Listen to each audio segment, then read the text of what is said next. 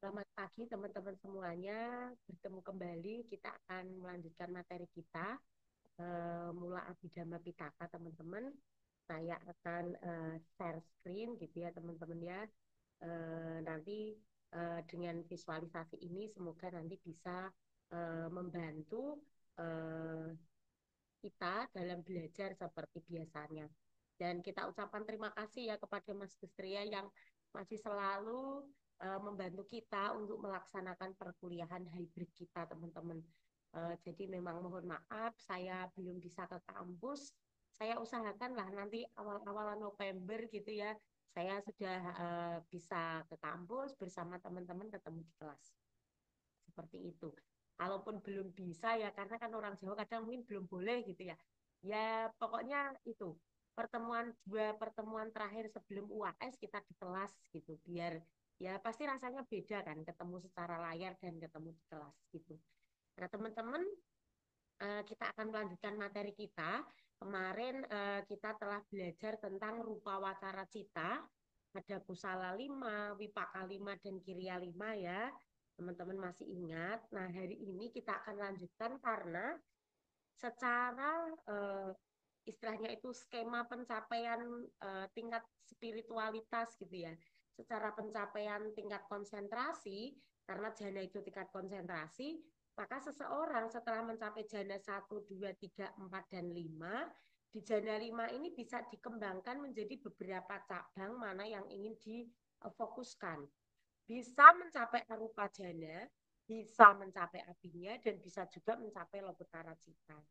Hari ini kita bahas bagaimana kelanjutan jana kemarin, yaitu rupa wacara jana atau rupa jana itu bisa ditingkatkan apabila mereka telah mencapai tingkat 5, itu dapat ditingkatkan untuk mencapai arupa jana. Rupa jana itu jana pencapaian konsentrasi yang objek meditasinya itu masih ada wujudnya, sedangkan arupa jana adalah tingkat konsentrasi yang objeknya tidak ada lagi wujudnya.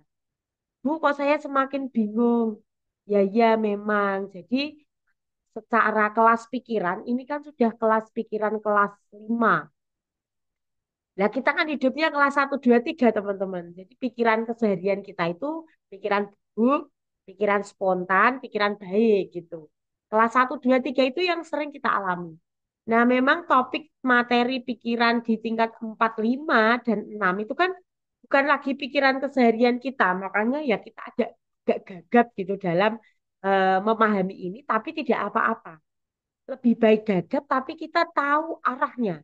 Bahwa pikiran manusia yang kita saat ini dalam keseharian cuma pikiran kelas 1, 2, 3, next step-nya itu kita harus mengarah ke kelas 4, yaitu meditasi, mencapai jana dengan objek-objek yang berbentuk. Next-nya lagi mencapai arupa jana. Next-nya lagi mencapai lokutara cita, pikiran yang menjadi tujuan, pikiran dari seluruh konsep tingkatan pikiran sebagai manusia. Seperti itu. Ibaratnya kita itu masih SD, kita diminta untuk mengerti jenjang-jenjang pendidikan. Setelah SD itu ada SMP. SMP itu begini, begini, begini. Setelah SMP SMA gitu. SMA itu begini, begini, begini. Setelah SMA ada kuliah gitu. Kuliah itu yang dimaksud pendidikan tinggi, Lokutara Cita, misalnya seperti itu. Anak SD ya pasti kita akan masih gitu ya. Ya itu pun kita itu sama seperti kita. Kita yang masih butuh dana, manusia biasa, keseharian kita pikirannya 1, 2, 3 terus, silih berganti diminta untuk mengerti dan memahami pikiran kelas 4, 5, 6 yang itu memang pikiran sudah di luar keseharian kita. Tapi tidak apa-apa ya teman-teman ya. Semoga kita tahu, kita paham. Siapa tahu nanti bisa mencapai seperti itu. Karena kekuatan pikiran, kekuatan konsentrasi inilah yang kita bawa sampai nanti ke kelahiran selanjutnya. Bukan berapa banyak harta benda kita gitu ya, mobil kita yang kita punya, aset kita, deposito kita itu bukan. Kalau semua barang-barang duniawi itu adalah fasilitas untuk kita menjalankan hidup saat ini. Tetapi yang kita bawa ke next life adalah timbunan yang berupa timbunan batin. Ini yang akan Kita bawa ini yang akan menentukan kita next life-nya itu kemana. Seperti itu. Jadi walaupun bahasanya aneh gitu ya, tapi tetap semangat ya. Nah, kita lanjutkan. Arupa Wacara Cita 12. Nah, itu materi hari ini. Arupa Wacara Cita. Kesadaran yang berdiam di alam tanpa bentuk atau arupa loka. Itu di buku, di teks-teks seperti itu ya. Nah, kalau dipecah, arupa itu artinya tanpa bentuk, tanpa materi. Awacara itu lingkupnya atau jangkauannya. Kalau di buku teman-teman Abhidhamma atau Sangga itu berdiam, berkelana gitu ya. Terus cita itu kesadaran. Kalau digabungkan arupa wacara cita apa? Ini adalah jenis kesadaran pikiran yang muncul dalam meditasi tanpa rupa atau arupa jana yang menjadi kesadaran utama dari makhluk yang nanti lahirnya itu alamnya namanya arupa Brahma. Arupa Brahma itu apa Bu maksudnya? Ini adalah alam kehidupannya para Brahma yang tanpa rupa. Tetapi ada kekuatan pikiran. Nah, ini apa ya di beberapa literatur gitu disebutkan kita jangan punya salah persepsi di sini. Arupa Brahma ataupun alam Brahma dianggap sebagai makhluk-makhluk yang berkuasa, makhluk-makhluk yang adidaya itu jangan sampai. Karena mereka pun sebetulnya belum makhluk yang mencapai tingkat kesucian. Mereka memang hidup lama di sana berkalpa-kalpa, ratusan ribuan kalpa, puluhan ribu kalpa, ratusan ribu kalpa itu kan sangat lama sekali. Sehingga kadang ada yang menganggap bahwa makhluk-makhluk ini baik rupa Brahma yang memiliki rupa maupun arupa Brahma, Brahma yang tanpa wujud itu dianggap sebagai makhluk adidaya. Padahal bukan, mereka cuma makhluk arupa Brahma. Makhluk-makhluk yang terlahir di alam ini karena kekuatan jana, kekuatan konsentrasi. Baik konsentrasi berupa rupa jana yang objeknya berbentuk maupun konsentrasi arupa jana yang objeknya tidak lagi punya materi atau punya wujud. Seperti itu. Nah, itu ini sekali lagi tadi ya. Materi hari ini berarti lanjutan dari jana kemarin. Pencapaian jana 5 itu bisa melanjut ke arupa jana. Nanti faktor pikirannya sama. Di jana 1 itu kan Witaka, Wicara, Piti Suka, Eka Gata masih ingat ya? Coba kita cari yang ke atas. Nah ini di jana di jana 1, jana 2, 3, 4, 5. Di jana 5 hanya ada apa? UPK Eka Gata.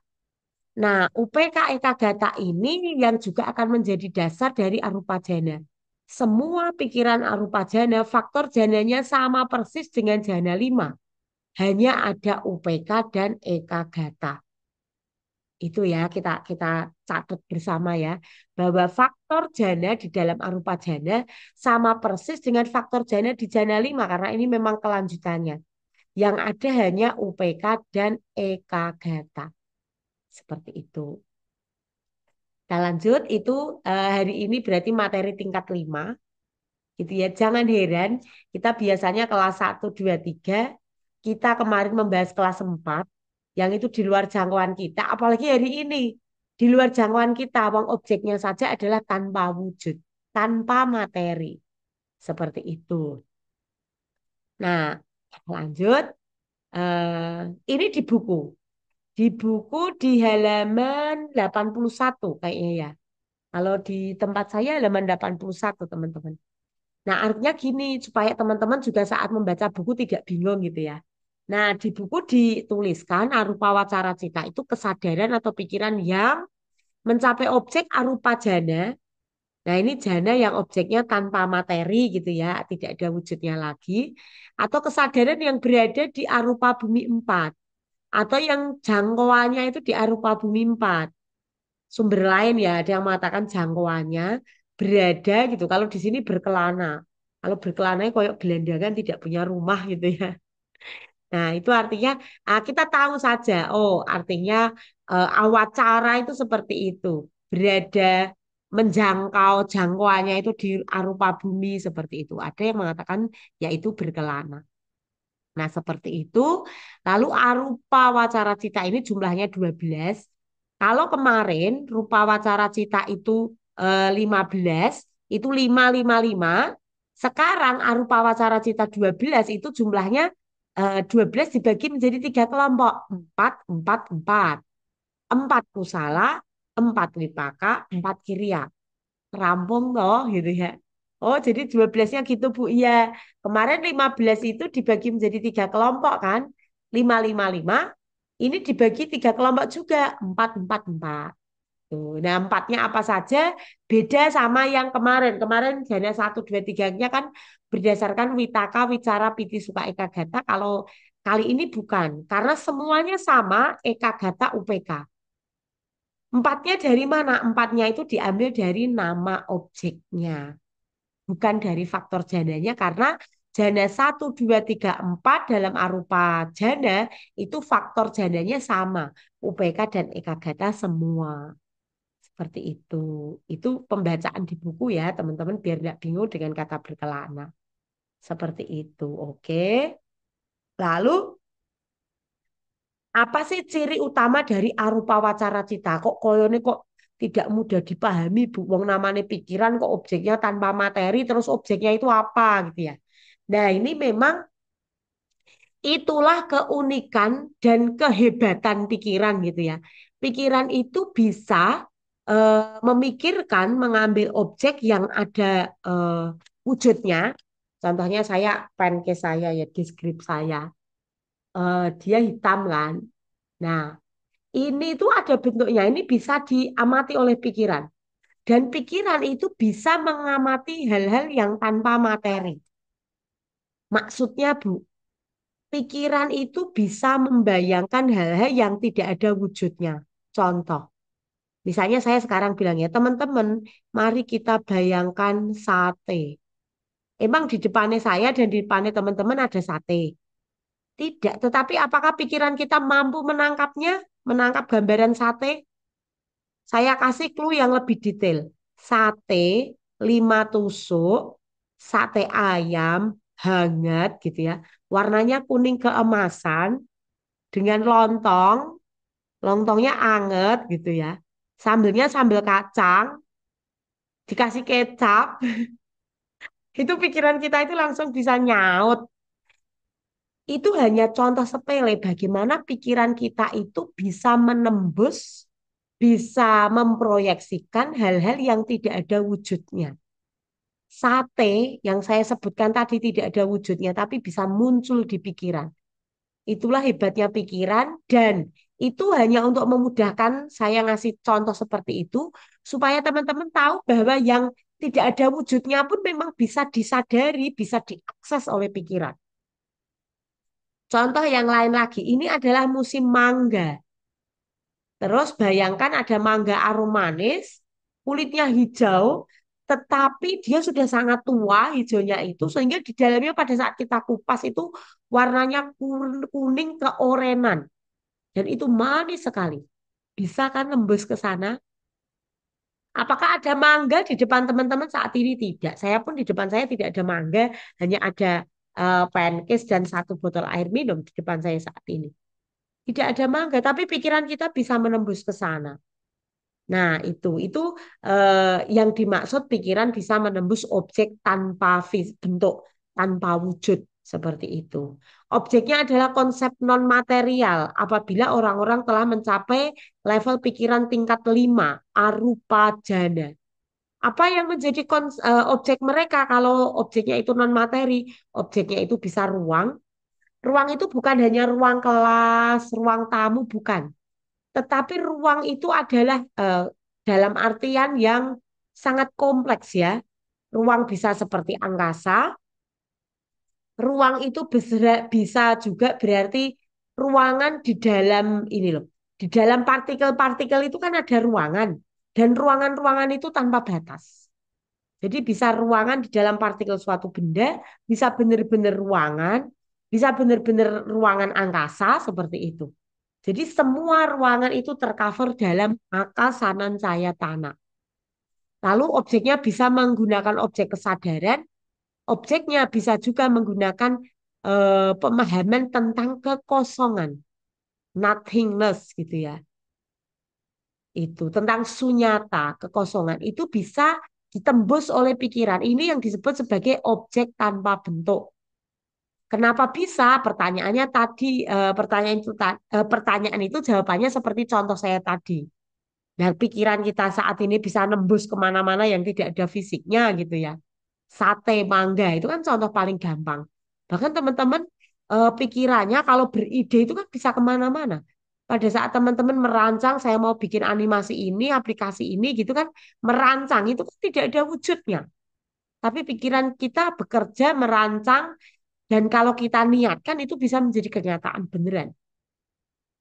Nah, juga kualitas pikirannya itu sangat halus dari nafsu indera gitu ya. Ini merupakan pengembangan jana tingkat tinggi. Jadi dibandingkan dengan rupa wacara jana ini lebih tinggi. Ini pikiran apa ya?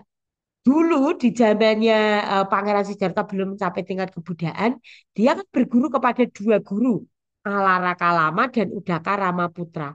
Nah, Alara Kalama dan Udaka Ramaputra ini dianggap dulu oleh orang-orang India pada masa itu sudah mencapai tingkat konsentrasi yang tinggi. Pencapaiannya itu sudah luar biasa. Karena memang belum ada yang mengetahui bahwa di atasnya pencapaian rupa jana arupa jana ini ada tingkat yang lebih tinggi lagi, yaitu tingkat Lokutara Cita. Yang itu baru ditembus oleh Pangeran Siddhartha. Jadi ini dari zaman dulu pun sudah diyakini sebagai pencapaian tertinggi dan pencapaian ini bukan eksklusif miliknya ajaran Buddhis. Semua orang yang memusatkan pikirannya bisa mencapai jana. Maka tidak heran kan ada banyak tokoh agama tertentu ini itu yang memang mereka punya kekuatan pikiran, kekuatan konsentrasi maksudnya. Ya karena semua orang yang memusatkan pikirannya tanpa pandang apapun agamanya pasti akan bisa mencapai tingkat konsentrasi atau jana.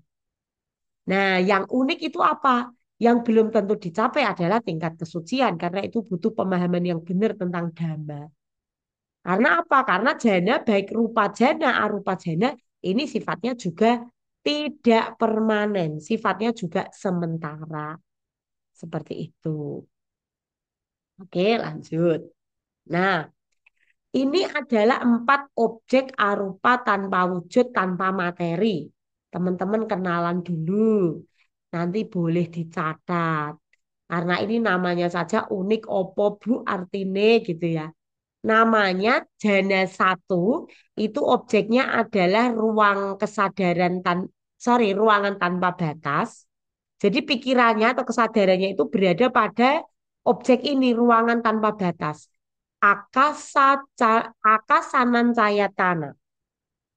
Jadi akasa itu adalah ruang, bisa benar-benar angkasa, langit, bisa juga ruang di antara partikel-partikel semua barang yang ada. Bisa juga eh, partikel ruangan yang ada di sekitar kita. Jadi semua yang ada ruangnya itu adalah tak terbatas. Bahkan sel kita, darah kita mengalir itu karena di dalam sel-sel darah kita itu ada ruangan ya teman-teman. Itu pun bisa direnungkan bahwa ruang-ruang itu juga tak terbatas gitu. Itu objek yang pertama. Objek yang kedua, kesadarannya berada pada kesadaran tanpa batas. Jadi ini merenungkan tentang pikiran yang tanpa batas. Pikiran itu tanpa batas. Namanya winyanan saya tanah. Ya betul ya, kalau dengan pikiran kita itu tanpa batas. Kita ini bisa maju ke kehidupan kita, eh, bahkan kehidupan lampau kita, masa kanak-kanak kita gitu ya. Kita bisa ingat semuanya. Terus kita juga bisa maju membayangkan yang akan datang 2030 saya mau begini gitu ya. 2030 kan teman-teman nanti sudah lulus wisuda, sudah kerja 1 tahun gitu ya. Kerja 1 tahun, gajinya mau tak kumpulkan, 1 tahun nabung 2 juta bersih gitu ya. Berarti teman-teman telah punya tabungan 24 juta di tahun pertama kerja, mau tak buat beli motor baru misalnya. Nah, pikiran kita itu bisa ke sana, bisa ke 2030. Nah, objek yang ketiga namanya akincana yatana. Dari kata dasar akincana, yaitu ketiadaan atau kekosongan. Jadi pikirannya merenungkan, dipusatkan, pikirannya berada pada perenungan tentang kekosongan, nothingness dari segala sesuatu. Oh, tubuh jasmani ini nothing gitu ya. Semuanya juga akan ompong, akan kisut, akan hancur pada saatnya. Laptop kita juga nothing, suatu saat akan rusak.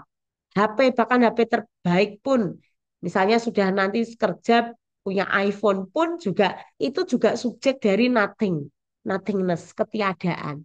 Suatu saat akan rusak. Hanya terdiri dari partikel-partikel. Nah, itu direnungkan. Ini sudah termasuk objek halus yang ketiga, berarti ini sudah tingkat tinggi.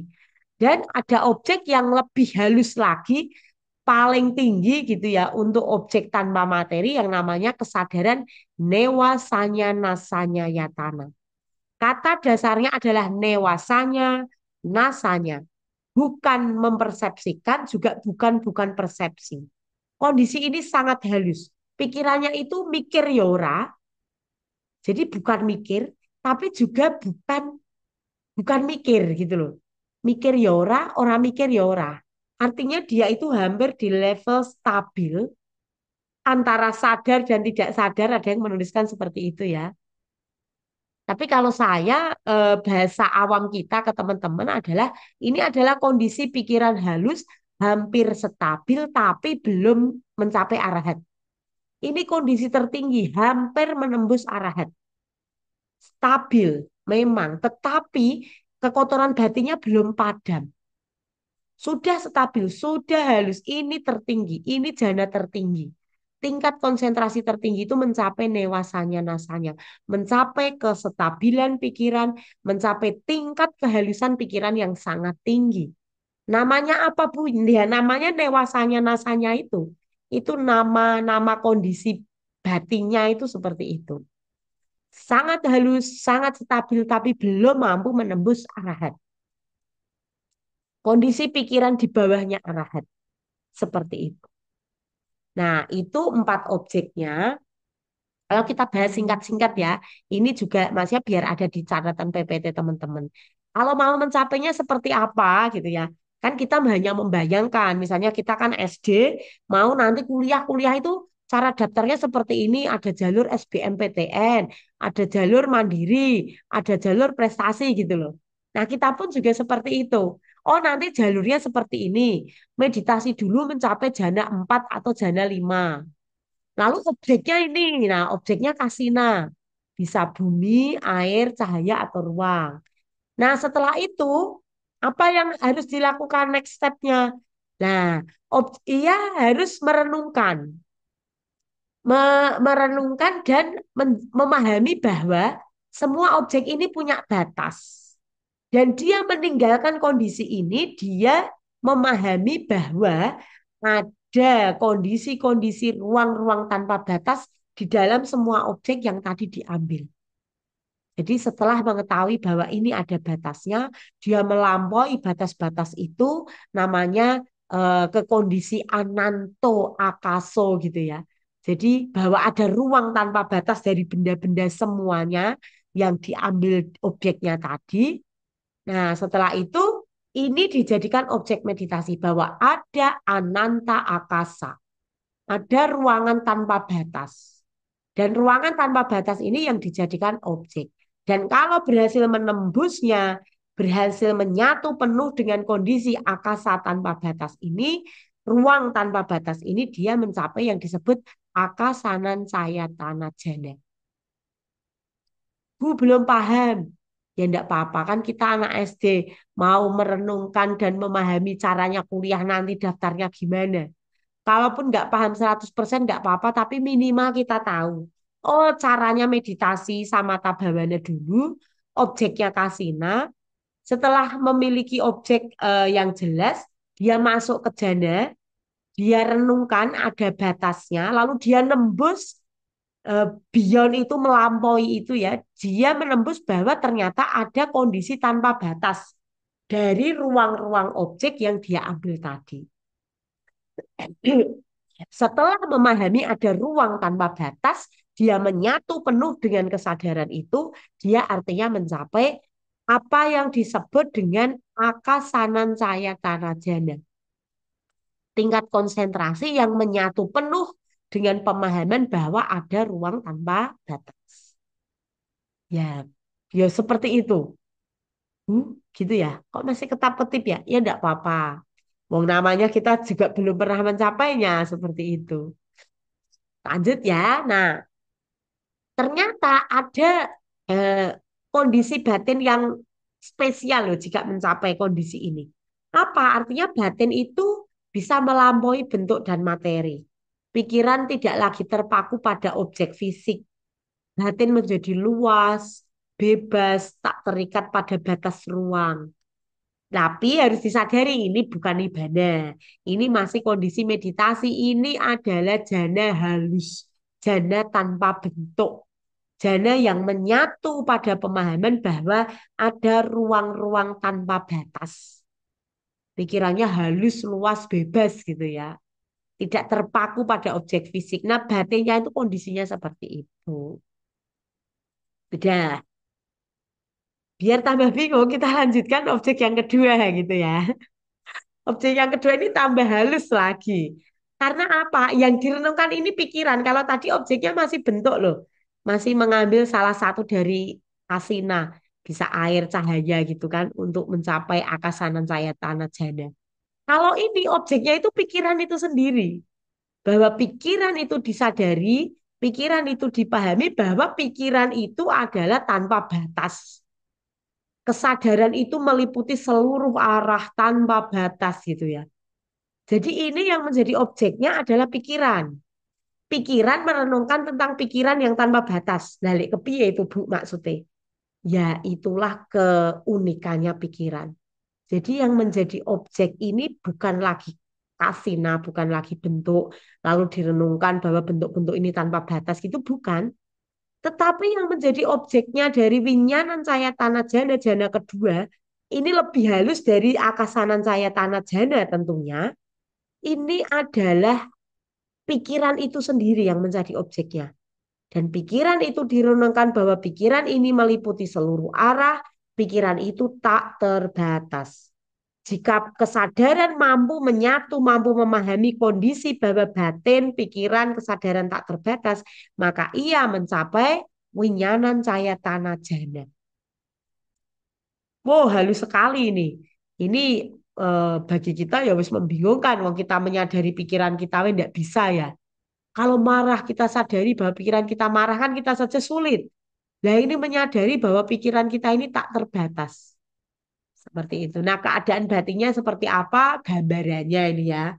Luas, terang, tidak terikat, bebas dari objek, ruangan gitu ya.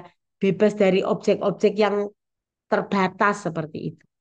Nah, objeknya ini dijelaskan. Objeknya bukan lagi ruang tahu ya. Tapi ini lebih tinggi lagi. Objeknya itu kesadaran itu sendiri. Pengalaman batinnya tidak ada batas, tidak ada arah lagi, tidak ada bentuk. Yang ada kesadarannya apa? Kesadaran murni yang meluas tanpa ujung. Sangat damai, seimbang, bebas dari dualitas.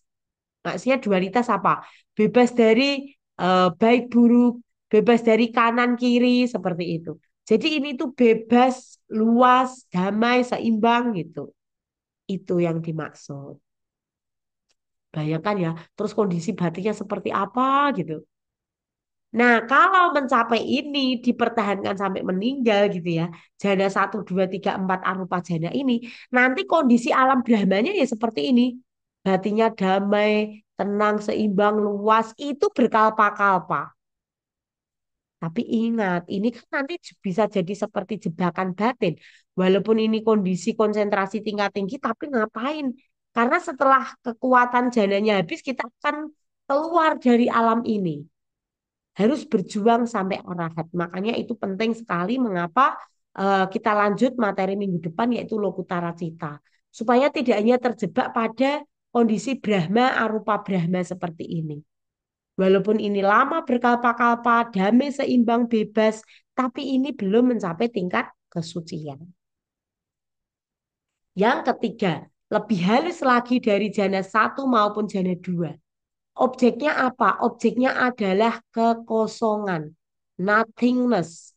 Bahwa angkasa tanpa batas itu juga istilahnya itu nothing, Pikiran tanpa batas itu juga nothing. Segala sesuatu itu nothingness maksudnya. Segala sesuatu itu kekosongan dari inti yang kekal. Ini lebih tinggi lagi teman-teman. Bahkan kesadaran yang pertama tadi dicapai, ruang tanpa batas itu kan sudah kesadaran halus. Itu pun disadari oleh jana ketiga ini bahwa itu pun juga kosong dari inti yang kekal. Begitu pula pencapaian yang kedua, kesadaran tanpa batas. Sama jana tiga disadari bahwa itu pun juga kosong dari inti yang kekal. Tidak ada sesuatu yang kekal dari kesadaran tanpa batas. Tidak ada sesuatu yang kekal dari ruangan tanpa batas. Semuanya adalah nothingness. Kosong dari inti yang kekal. Tidak ada apa-apa itu bukan berarti blank itu bukan ya Mas ya. Tidak ada apa-apa itu tidak ada inti yang kekal. Dari segala yang telah dicapai di jana-jana di bawahnya. Di pencapaian-pencapaian di bawahnya itu semuanya adalah nothingness. Kekosongan dari inti yang kekal. Nah, kondisi batinnya seperti apa? Nah, ini sangat tenang, bebas, seolah semua fenomena itu lenyap. Tidak ada lagi bentuk ruang kesadaran sebagai objek. Nah, kesadaran saja sudah tidak ada dalam arti ya, tidak ada. Kesadaran itu sekarang menyatu pada pemahaman tentang ketiadaan dari inti yang kekal. Jadi sekali lagi ruangan tanpa batas tanpa inti yang kekal, kesadaran pun juga tanpa inti yang kekal seperti itu. Jadi sekarang pikirannya apa objeknya? Ya pemahaman tentang tidak adanya inti yang kekal dari segala sesuatu. Seperti itu. Terus gimana ya kondisi pikirannya itu ada yang mengumpamakan seperti itu. Ya kita boleh setuju boleh tidak ya. Ini kan beberapa sumber saja yang mengatakan. Jadi bagaikan berada di tengah langit yang gelap tanpa batas. Bukan karena kegelapan, tapi karena ketiadaan apapun untuk dilihat gitu ya. Jadi mungkin ibaratnya itu kalau kita melihat sel-sel gitu ya, itu sudah berada di bagian sel paling kecil yang sudah tidak ada partikel yang bisa dibagi lagi gitu. Walaupun itu bukan kekekalan, tetapi karena kan memang tidak ada inti yang kekal dari satu sel ya. Tapi tidak ada yang bisa dilihat lagi gitu loh. Sudah gelap, sudah nothingness gitu. Walaupun tahu bahwa itu pun juga bukan kondisi kekal dari sel. Tapi sudah ada tidak ada hal yang bisa dilihat lebih dalam lagi. Yang dilihat adalah kondisi gelap tanpa batas, tapi itu ketiadaan, itu nothingness. Itu bukan inti yang kekal. Nah, pemahaman pikirannya sampai di level itu. Ini sudah keren, ini tingkat tiga. Apalagi ini tingkat tertinggi. Pencapaian jana paling halus, paling tinggi dari semua jana yang ada. Itu adalah Newa Sanya Nasanya Yatana. Jadi bagaimana caranya setelah mencapai jana ketiga tadi, ketiadaan nothingness itu dipahami, dikuasai, lalu kesadarannya menembus untuk kesadaran padamnya persepsi, padamnya pikiran. Artinya pikirannya berada dalam tadi kondisi yang hampir stabil, hampir mencapai arahat, sangat halus, tapi belum mencapai tingkat kesucian. Itu yang disebut newasanya nasanya. Hatinya stabil, benar-benar di keadaan tidak ada suka duka, tidak ada proses-proses batin yang lain lagi gitu ya. Persepsinya hampir padam gitu ya. Tetapi belum nibana, belum arahat. Tetapi ini sudah level paling tinggi. Sudah tidak ada lagi yang dipikirkan. Kalau jana satu, dua, tiga tadi kan masih memikirkan, merenungkan gitu ya. Ruang tanpa batas, paham. Oh ini ruang tanpa batas. Pikiran tanpa batas, merenungkan pikiran tanpa batas. Yang ketiga juga semua hal, baik ruang tanpa batas, baik pikiran tanpa batas, semuanya adalah nothingness. Kosong dari inti yang kekal. Lalu yang keren lagi yang keempat. Apa? Ini bukan memikirkan apapun, tapi juga bukan ngalamun gitu ya, bukan kosong pikirannya itu. Jadi pikirannya bukan kosong, bukan mikir. stabil, halus sekali. Dalam kondisi apa? Newasanya nasanya. Mungkin kata-kata yang ini lebih bisa dipahami ya. Jadi pikirannya itu apakah mencapai tingkat kekosongan? Bukan. Pikirannya bukan kosong, dong, tapi juga bukan mikir. Stabil, tapi belum arahan. Itu adalah keunikan dari newasanya nasanya. Apa keistimewaannya? Tahap ini menggambarkan pelepasan hampir total dari semua fenomena batin dan jasmani gitu ya. Khususnya fenomena batin karena ini arupa. Lalu masih ada sedikit jejak kesadaran. Ada sedikit jejak kesadaran. Yaitu kesadaran apa? Newasanya nasanya. Tidak menderita, tapi juga belum bisa lepas sepenuhnya dari penderitaan. Maka masih disebut sebagai ini bagian dari 31. Ini masih bagian dari lingkaran samsara. Ini belum mencapai arahat. Seperti itu. Dan ini memang disebut sebagai puncak dari Lokia Jana gitu ya. Memang puncak dari Lokia Jana. Ini pencapaian tertinggi. Tidak ada jana yang lebih tinggi dari newasanya nasanya. Tetapi ini belum mencapai nibbana. Tapi ini modal yang bagus, ini modal yang kuat untuk segera menembus nibbana melalui vipassana yang akan kita bahas pada pertemuan minggu depan. Karena minggu depan pikirannya adalah pikiran yang telah mencapai tingkat-tingkat kesucian. Gitu. Nah, ini adalah penjelasan di buku bagaimana akasanan saya tanah, winyanan saya tanah, agincana ya tanah ada di buku ya.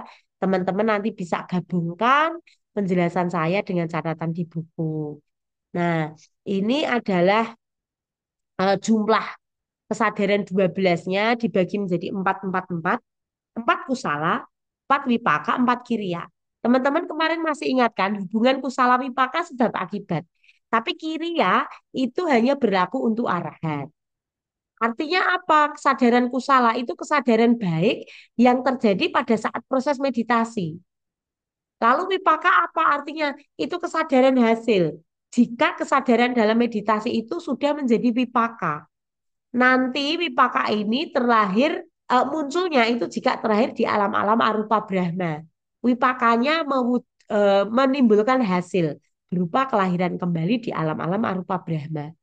Lalu mengapa kiriya? Karena para arahat yang mencapai arupa jana ini mereka itu bukan lagi menimbun wipaka dari pencapaian arupa jana.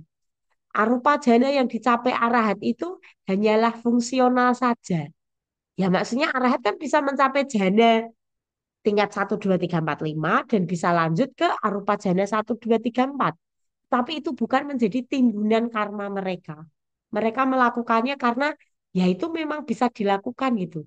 Itu alam batin alamiah dari arahat. Bukan lagi menjadi karma baru bagi mereka. Nah seperti yang kemarin ini bagannya jadi rupa wacara kusala, sorry arupa. Ini arupa semua ya. Saya edit sebentar. Jadi arupa, arupa yang kusala, arupa wipaka, serta arupa kirya saya visualisasikan seperti ini. Arupa kusala dan arupa wipaka hubungannya adalah sebab akibat. Seperti itu. Lalu yang kirya itu adalah ini yang sudah dimiliki oleh arahat. Ini tidak lagi menimbulkan wipaka atau buah. Seperti itu. Itu seperti yang kemarin ya, teman-teman tahu. Lalu kita cek ada 12 jenisnya. 12 jenisnya itu dari 4 dari kusala, 4 wipaka, 4 kirya, ingat ya. Nah, kita cek satu persatu. Nah, jana 1, 2, 3, 4 yang kusala itu nanti yang membedakan itu cuma nama-nama objeknya dan nama lengkapnya akan seperti ini. Arupa wacara kusala jana cita 4. Jana 1. Ingat, semuanya UPK Eka Gata. Cek. Sama toh, semuanya UPK Eka Gata. Ini lanjutan dari jana 5. Yang membedakan nama objeknya beserta nama jananya. Jana 1 UPK Eka Gata Sahitang Akasanan Caya Tanat. Patama, Jana, Kusala, Citang.